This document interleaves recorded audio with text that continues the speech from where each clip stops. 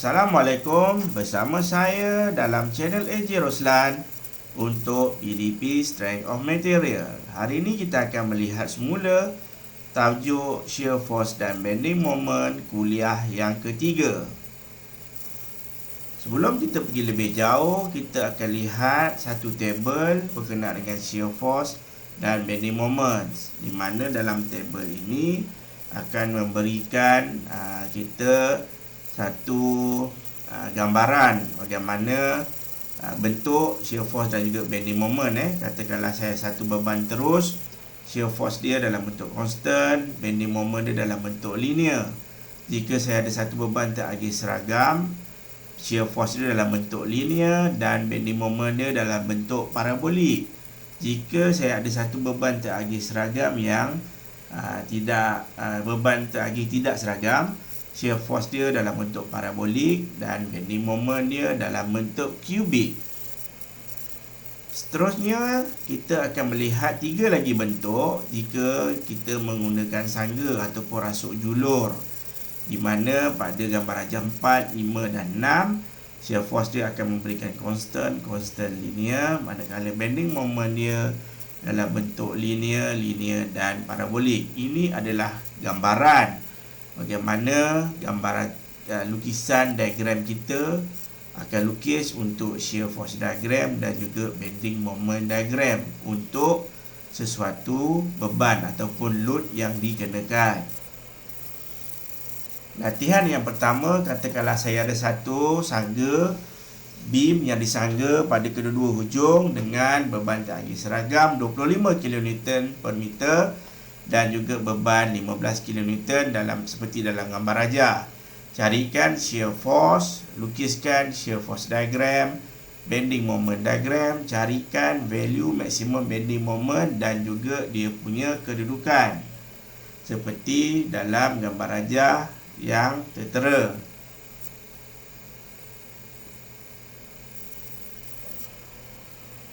Jika kita lihat dalam gambar rajah, pada titik A, B, C dan D, kita ada beban teragih seragam 25 kN per meter 25 kN per meter dan juga satu beban terus pada titik C sebanyak 15 kN.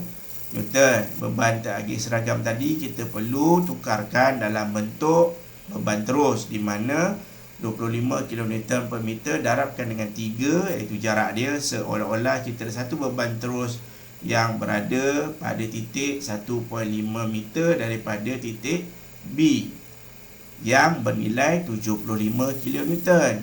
Seterusnya kita perlu membuat seimbangan daya, di mana jumlah daya ke atas sama juga dengan jumlah daya ke bawah,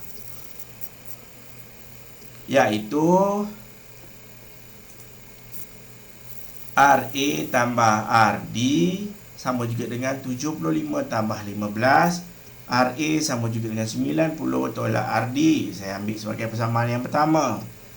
Dan seterusnya kita perlu membuatkan seimbangan untuk moment, di mana moment melawan arah jam sama juga dengan moment mengikut arah jam. Kita akan dapat 70. Kita ambil titik A sebagai titik rujukan. So 75 darab dengan 2.5, jarak daripada A kepada C. Okey, 75 darab 2.5 tambah 15 darab dengan 4 sama juga dengan RD darab dengan 5. So RD sama juga dengan 49.5 kN. Kita masukkan nilai RD dalam persamaan yang kita dapat tadi. So kita akan dapat nilai RA dia adalah 40.5 kN. Setelah mendapat nilai RA dan juga nilai RD, kita masukkan nilai yang kita dapat tadi ke dalam gambar rajah kita, dalam gambar rajah free body diagram pada titik A dan juga pada titik D. Untuk menentukan titik pada shear force diagram, selepas free body diagram, kita perlu melukis shear force diagram. Untuk menentukan titik, kita perlu melihat daya-daya yang ada pada free body diagram, di mana pada X sama juga dengan 0, V dia adalah 40.5, pada X sama juga dengan 4, V dia adalah 40.5 tolak dengan 75 sama juga dengan negatif 34.5. Pada X sama juga dengan 4, V dia adalah 40.5 tolak 75 tolak 15. Ada satu beban terus tu, kita akan dapat negatif 49.5. Pada X sama juga dengan 5, kita akan dapat nilai V dia adalah kosong. Maka nilai titik-titik tadi kita akan pindahkan ke dalam shear force diagram kita. Maka dalam shear force diagram akan ada titik sifar, titik 1, titik 2, titik 3 dan juga titik sifar, penutup bagi yang penghujung seperti yang dalam gambar rajah.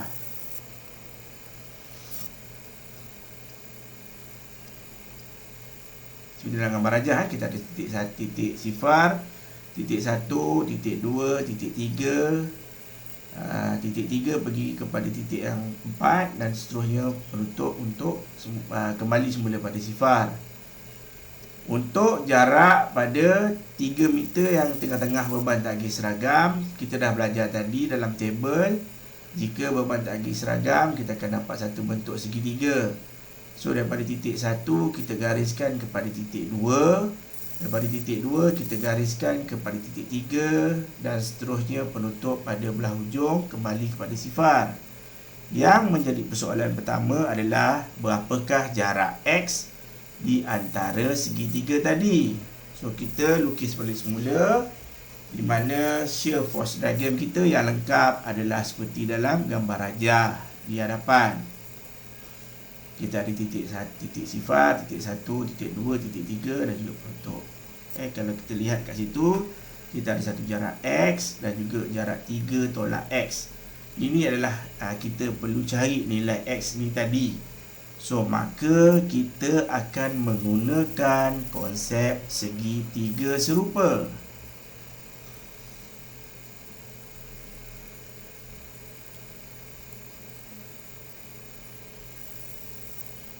Ini gambar rajah shear force diagram kita yang tadi.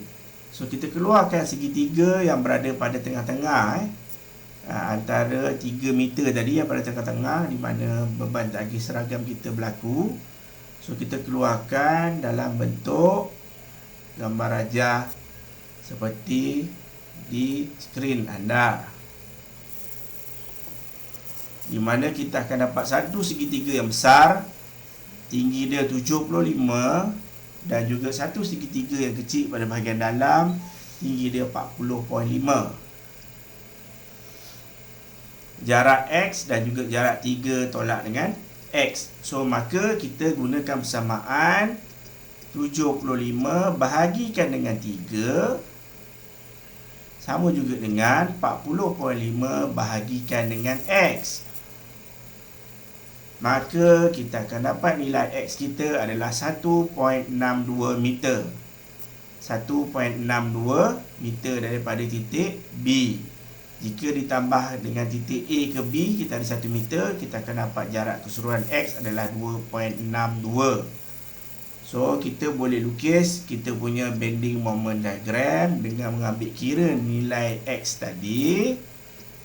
Kita perlu ambil tahu pada titik X sama juga dengan kosong, momen dia adalah kosong. Pada X sama juga dengan 1, momen dia adalah 40.5 darab dengan 1, kita akan dapat 40.5. Pada X 2.63, momen dia adalah 40.5 darab 1 tambah dengan setengah, luas untuk segitiga, tambah dengan setengah darab dengan 40.5 darab 1.62 iaitu jarak X.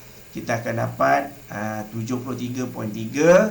Pada X sama juga dengan 3, kita akan dapat 40.5 darab 1 tambah setengah darab 40.5 darab 1.62 tolak setengah darab 34.5 darab 1.38, kita akan dapat 49.5 km. Pada X sama juga dengan 4, kita akan dapat kosong. Maka daripada shear force diagram kita tadi, kita unjurkan ke bawah, kita gariskan satu garis rujukan untuk melakar bending moment diagram, dan kita masukkan nilai-nilai X yang kita dapat, iaitu titik sifar, nilai X 40.5, nilai X 73.3, nilai X 49.5, dan seterusnya kosong. Kita lukiskan. Untuk segi empat tepat, dia akan menghasilkan satu garis lurus. Maka kita lukiskan pada garisan yang 1, 2 dan juga 3. Segitiga bukan garis segitiga, garis lurus segitiga. So pada yang menjadi persoalan kita adalah untuk selesaikan kita punya bending moment diagram adalah pada bahagian tengah. Kalau tuan-tuan ingat lagi tabel yang kita rujuk tadi, untuk segitiga shear force tadi, untuk beban takgih seragam, bending moment dia dalam bentuk lengkung. Untuk lengkung ke atas dia akan nilai positif, untuk lengkung ke bawah dia akan nilai negatif. So kita sambungkan lengkung daripada titik 2 kepada titik 3. Yang ini kita tak boleh sketch, bukan sketch, bukan freehand, dia dalam bentuk lengkung.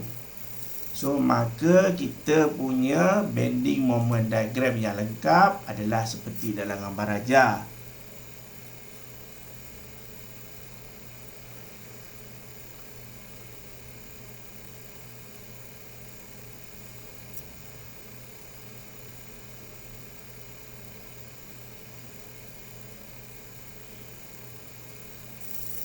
Moment maksimum berlaku pada persilangan sifar di shear force diagram, iaitu pada titik X sama juga dengan 2.62. Maka pada titik X 2.62, moment maksimum dia adalah 73.31 km/meter. Ini adalah jawapan yang kita cari.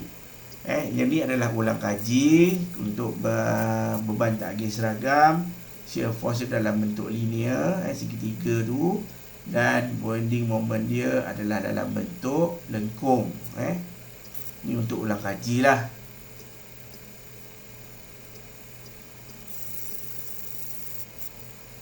Sekian saja untuk hari ini. Bertemu lagi pada siri-siri akan datang. Terima kasih.